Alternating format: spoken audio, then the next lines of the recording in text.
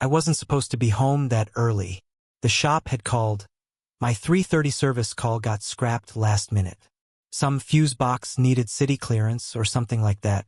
Didn't matter. I figured I'd swing home. Maybe surprise Haley. Maybe even grab that half-wrapped gift I'd been hiding for our anniversary next week. But walking through our front door, I felt it immediately, like crossing an invisible line into a place I thought I knew. The air was different. First, it was just a weird mix of smells. Fabric softener, coffee, then something sharper, distinctly masculine. Cologne. Not mine. I don't wear cologne, not since my 20s, and even then it wasn't that strong. This was bold, almost spicy, the kind of scent that made its presence known. I paused by the entryway. My boots landed heavy on the tile. Quietly, I called out, "Haley!" No answer. Then I saw it. Propped beside our bench, neatly placed where we normally keep our umbrellas. One I'd never seen before. It had a curved wooden handle, polished and clean. Too clean. No wear, no scratches. Definitely not mine and not hers either. Haley didn't use umbrellas unless it was raining sideways. And today, blue skies. I took a step closer, staring at that umbrella like it was going to explain itself. Then I noticed something even stranger. The faintest trace of mud near the base. Not from our yard. Our street hadn't seen rain in a week. "Haley!" I tried again, louder this time. Still nothing. I moved down the hallway slowly. The scent followed me, lingering, like whoever wore it hadn't been gone long. Our bedroom door was half shut. I pushed it open. The room was too clean. It wasn't just tidy. It had that forced neatness, like someone had rushed to make it look natural. The bed was made. Not the way we normally do it, either. Haley had a habit of folding the corners too tight and fluffing the pillows just so. This time it looked wrong. Rushed. I walked around the bed and touched the sheets. Fresh.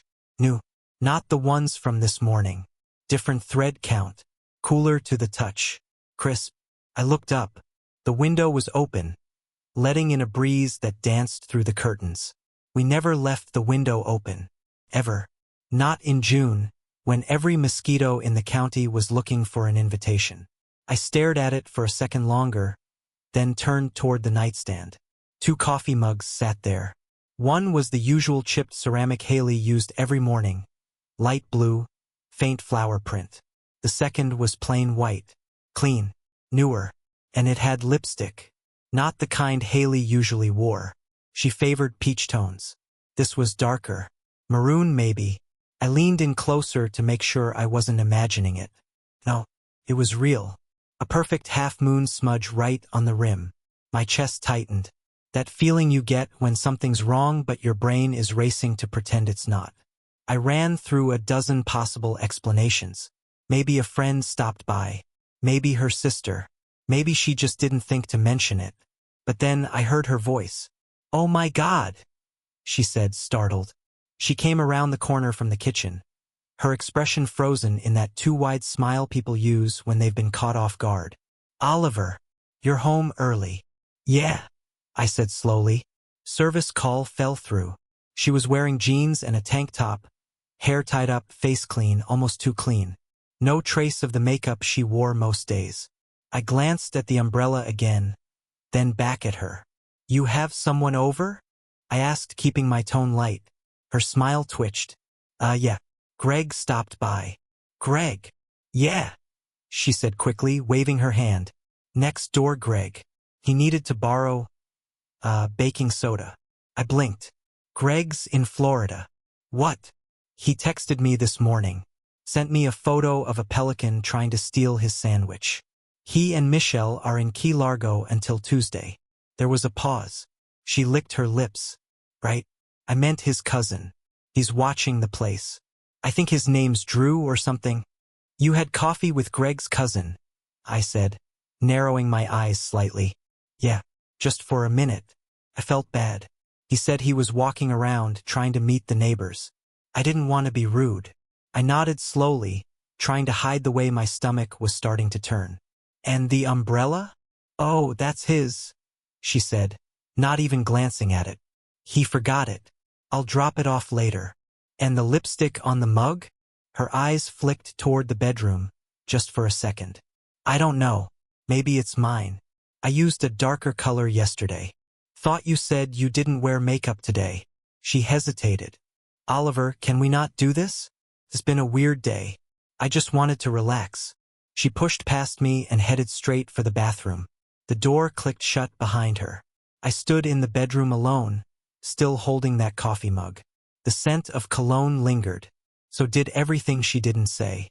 I didn't sleep much that night. I just lay there in the dark, listening to the hum of the ceiling fan and the occasional creak of the house settling.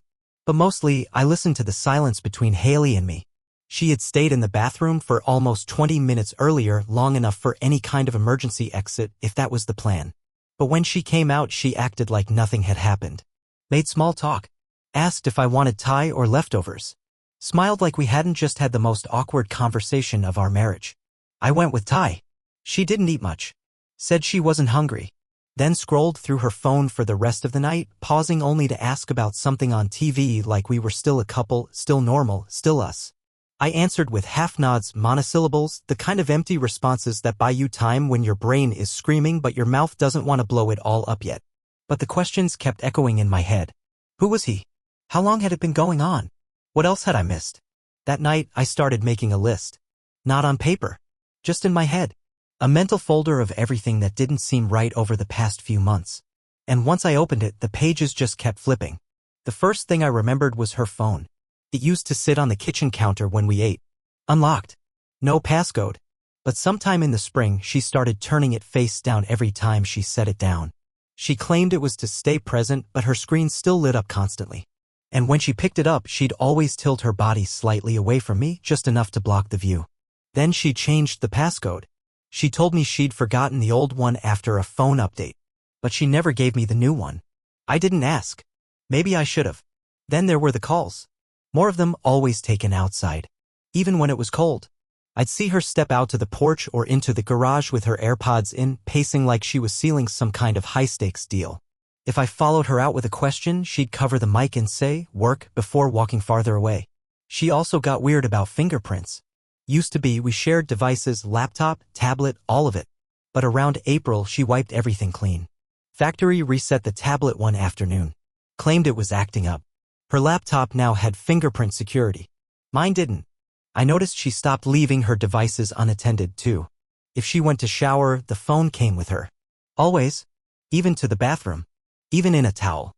She said she was listening to podcasts. But every time I walked by, she'd switch screens so fast you'd think she was hiding state secrets. Then there were the outfits. Haley's job was pretty standard corporate real estate. Blazers, slacks, modest dresses. But lately, her work meetings required cocktail dresses and heels that belonged more at a gallery opening than a spreadsheet review. She said she needed to dress the part. But when she came home, the smell of perfume still clung to her in thick waves.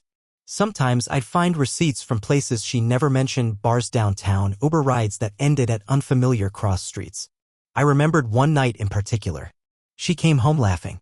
Not just smiling, laughing in that bubbly, glowing way I hadn't seen in months.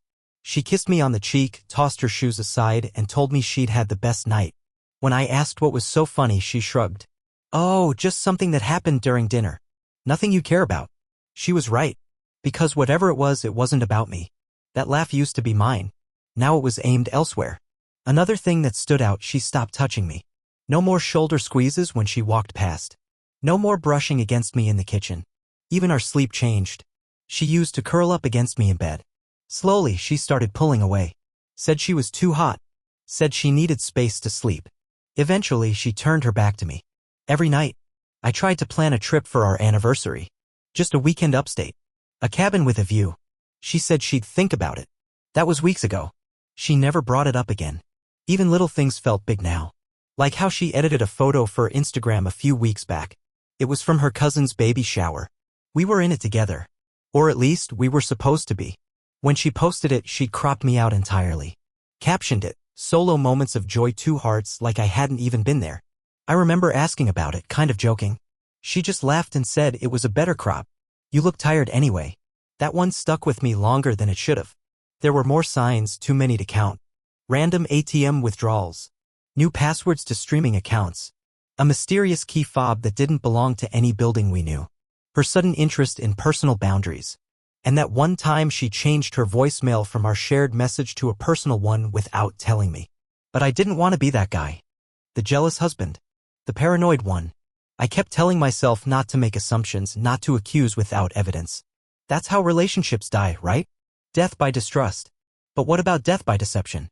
I lay there, watching the slow red glow of the digital clock tick forward, and I couldn't shake the feeling that I'd been trained not to see what was right in front of me. That I'd been so desperate to believe everything was okay, I ignored all the moments she gently pulled the thread loose until the whole thing came unraveled. I turned over and looked at her. She was facing away from me, one hand tucked under her pillow, breathing soft and even. Sleeping peacefully as if nothing was wrong. As if she wasn't already gone. The next morning started like any other. Haley was already gone when I came downstairs, just a note on the counter that said, "Work ran early, sorry. Left you some coffee. Love you, Red Heart."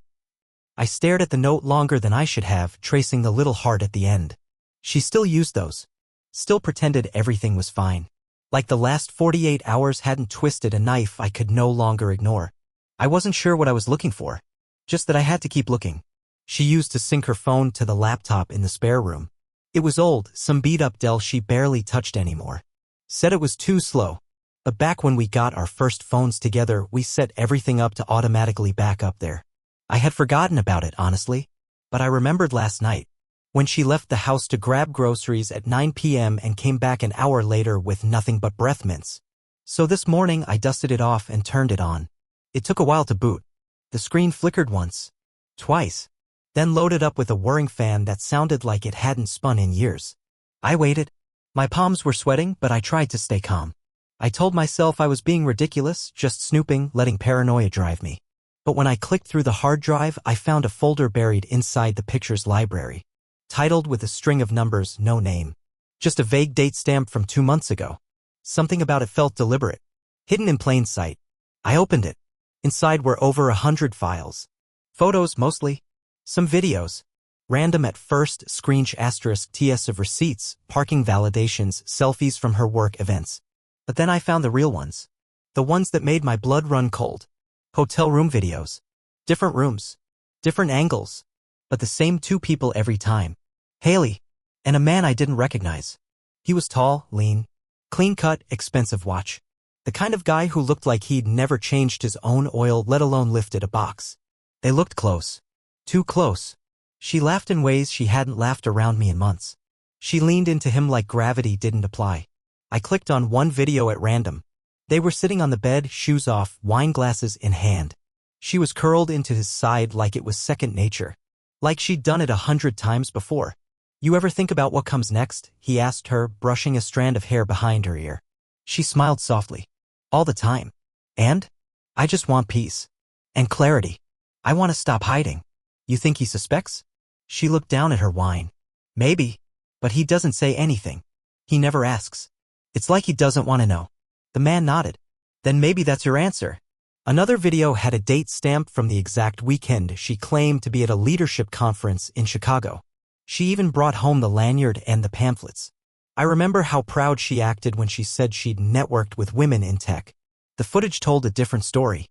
Same hotel. Same man. She was sitting on his lap, feeding him bites of some overpriced room service dessert, giggling like a teenager. I paused it on her face. She looked happy. Genuinely happy. And not once, across all the videos I forced myself to watch, did she mention me. "No, my husband will be home soon." "No, I feel guilty." Nothing. It was like I didn't exist. I closed the folder and leaned back, the screen burning holes into my vision. I felt sick. Cold. Like the air had shifted around me and I was breathing in betrayal itself. And yet, part of me wasn't surprised. I had already built the puzzle in my head. These were just the final pieces. I sat there for a long time, listening to the hum of the fan, watching the progress bar as I copied everything onto an external drive. I didn't know what I'd do with it yet, but I knew I couldn't leave it behind. Not in her reach. I wrapped the drive in an old receipt and stuck it deep in my tool bag. Then I powered down the laptop and pushed it back under the desk exactly where she left it. There was no confrontation. No explosive showdown. I didn't call her. I didn't yell. I didn't even cry. I just cleaned up, locked the house behind me, and drove straight to the shop. Put in 6 hours of wrench work with shaking hands and a stomach tied in knots. No one noticed. Or maybe they did and didn't ask. I was always the steady one. Reliable. Unshaken. But inside, everything had shifted. I looked at every couple differently now. Every smile, every casual handhold. I wondered who else was faking it. Who else had a hotel folder hiding somewhere behind there "we're just tired lately" excuses. When I got home that night, she was already there. Sitting on the couch with a blanket and a glass of wine, watching some show we used to binge together. She looked up and smiled like nothing had changed. "Hey, you okay? You look tired." "Long day," I said. She patted the couch. "Come sit. I missed you today." I sat down, but not beside her. In the armchair instead. She frowned. "Is everything all right?" "Yeah," I lied. "Just thinking about work stuff." She nodded and went back to the TV. And I just sat there, watching her watch something that had nothing to do with us, sipping wine with the same lips that whispered in another man's ear just days ago. And I realized I wasn't the same man anymore either. The morning I decided to leave, it was raining. A soft, gray drizzle that turned the windows into watercolor paintings and made everything seem quieter than it was. Haley was still asleep upstairs, curled into the sheets like she always did when she wanted to delay the world. I watched her for a moment, standing in the doorway.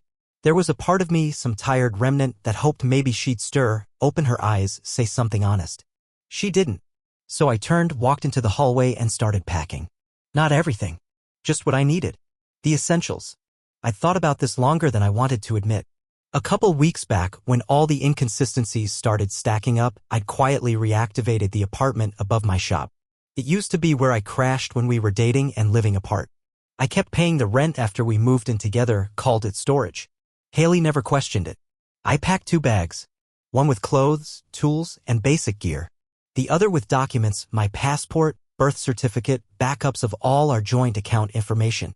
I slipped the external hard drive into the second bag, wrapping it in one of my flannel shirts like it needed protection. It wasn't just about leaving. It was about protecting what little of me she hadn't already erased. Before I walked out, I did one last lap of the house.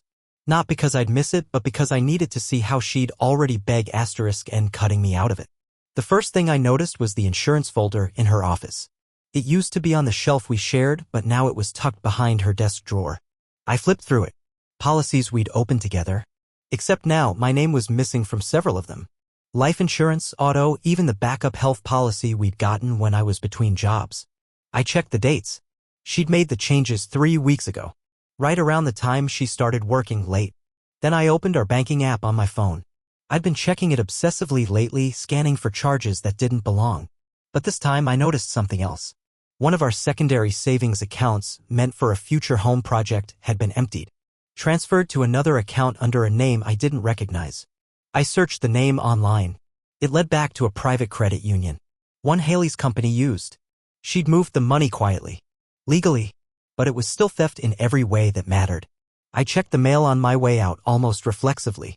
Buried under ads and magazines was a letter addressed solely to her from a real estate lawyer. I didn't open it. I didn't need to. I already knew. She wasn't just cheating on me with another man. She was cheating me out of a future. Still, I said nothing. I left the letter on the counter right where she'd see it when she came down.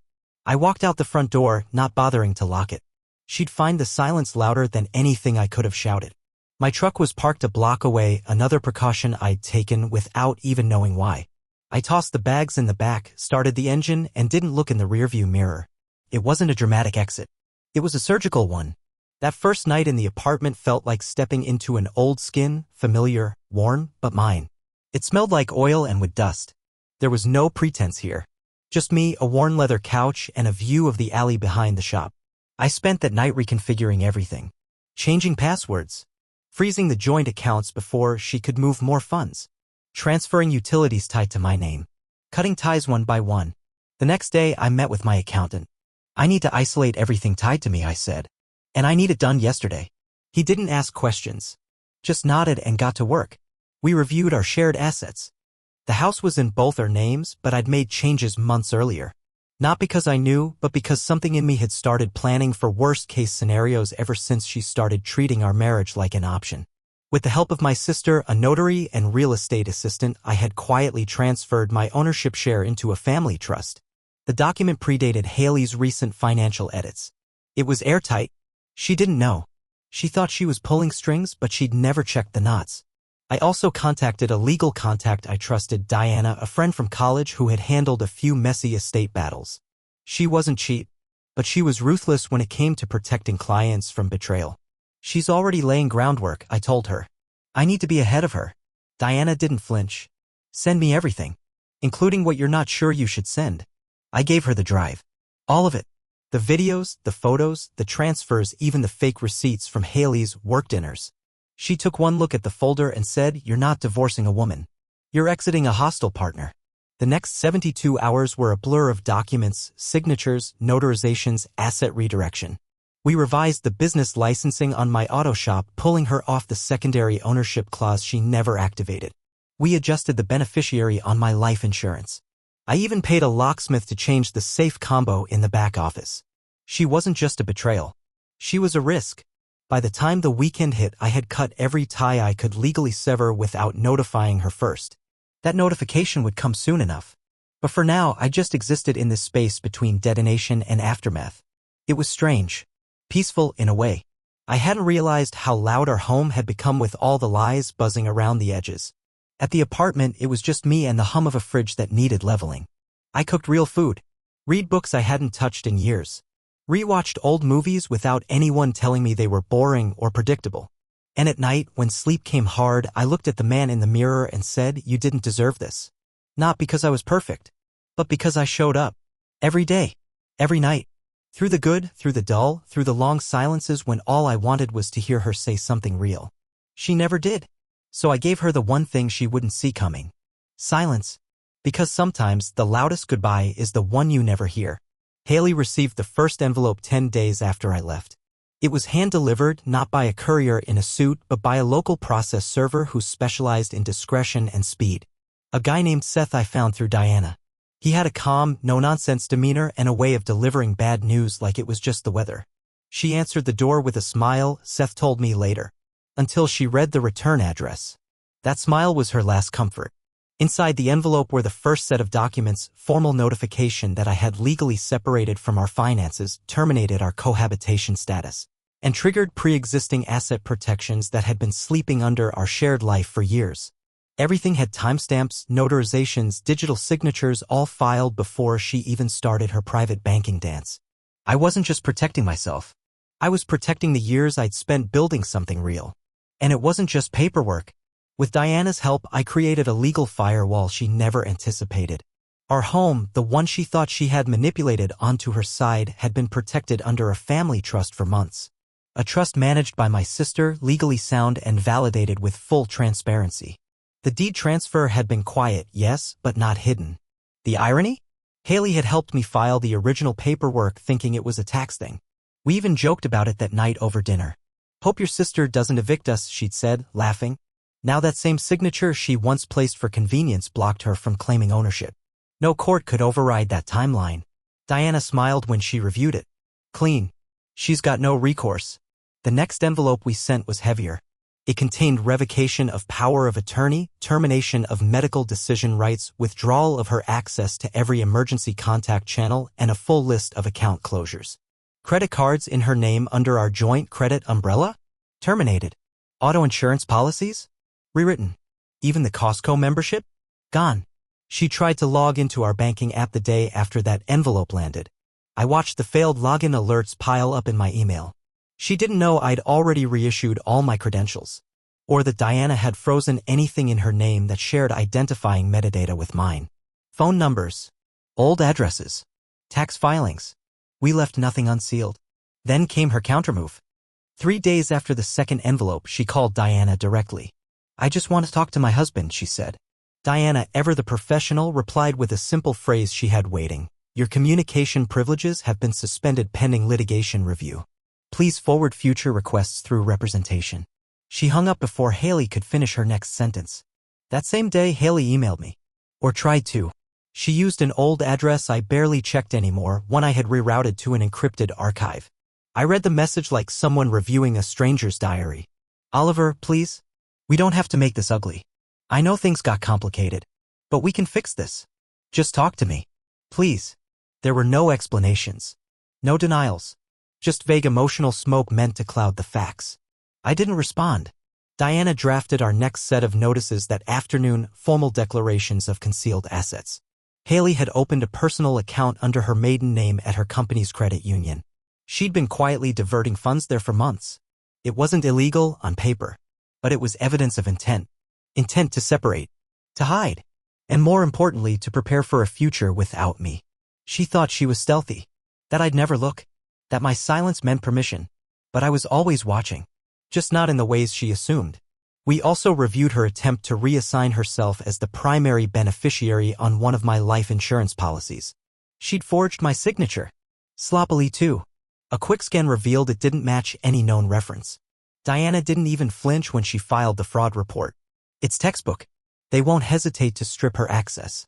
Within 48 hours, the policy was frozen. We followed up with a civil complaint flagging misrepresentation. Not because I wanted to press charges, but because we needed the court record. Every breadcrumb counted. Every decision she made in secret was now being illuminated in public. And in the legal system, shadows don't hold up well under discovery. I started sleeping better. Not because I was happy, but because I was finally insulated. Every morning, I walked down to the shop, greeted my crew, and fixed things. Simple things.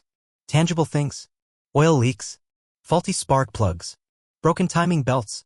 Machines didn't lie. If something failed, it told you why. People weren't like that. Diana's weekly updates came with clarity. Her team was methodical, cross-checking every shared expense from the past year. Every business write-off. Every credit usage. We uncovered more small things, hotel receipts from her wellness weekends, rideshare charges in cities she wasn't supposed to be visiting, even a payment to a photography service I'd never heard of. She'd been documenting the affair. Probably thought it was romantic. Now each image became exhibit material. One photo in particular stood out, a sh*t of Haley and the man from the videos smiling in front of a boutique downtown. Her hand was on his chest. His hand rested at her waist. She looked lighter, freer, like someone rehearsing their next life. And in the background, blurry but unmistakable, was our car. She'd taken it on a date. The symbolism wasn't lost on me. Still, I didn't rage. I didn't send emails or texts or guilt-soaked messages. I let the documents do the talking. They were cleaner, sharper, less emotional, and far more permanent. The hardest part wasn't protecting myself financially. It was realizing how much of my life had been a stage. She'd been planning her exit before I even saw the signs. Maybe before the affair even started. The secrecy wasn't new, it had just evolved. Matured. Grown roots beneath our marriage like weeds in the foundation. All I did was shine a light on them. By the third week, her tone changed. Her lawyer, a family friend of hers, predictably sent a response proposing mediation. Said Haley wanted to work through things civilly and ideally privately. There was a paragraph that mentioned emotional confusion, another that called our marriage worthy of saving. I told Diana to reply with one line. We are not negotiating betrayal. The documents spoke for themselves. And I was done talking. She asked to meet in person. No phone call, no lawyer's letter, just a short, carefully written email. Oliver, I know I don't deserve kindness, but I need to see you face to face. One last time. Please. I chose the cafe we used to visit on Sunday mornings, the one with the wooden booths and tiny creamers she always thought were adorable. She arrived wearing the navy cardigan I bought her last Christmas and a perfume I hadn't smelled in months. Her hair was curled like she wanted to remind me of someone I used to love. I didn't dress up. I came with a manila folder, plain and sealed. She smiled when she saw me. It was soft, hesitant, hopeful in a way that stung. Hi, she said. I nodded, slid the folder across the table. Before you say anything, I want you to understand where we are. She looked down, puzzled, then opened it. Inside were photos, financial records, her messages, her private account, a printed image of her with the man, the timestamp, the location, all of it. She started shaking her head. Oliver, this? I don't need excuses, I said calmly. I'm not here for closure.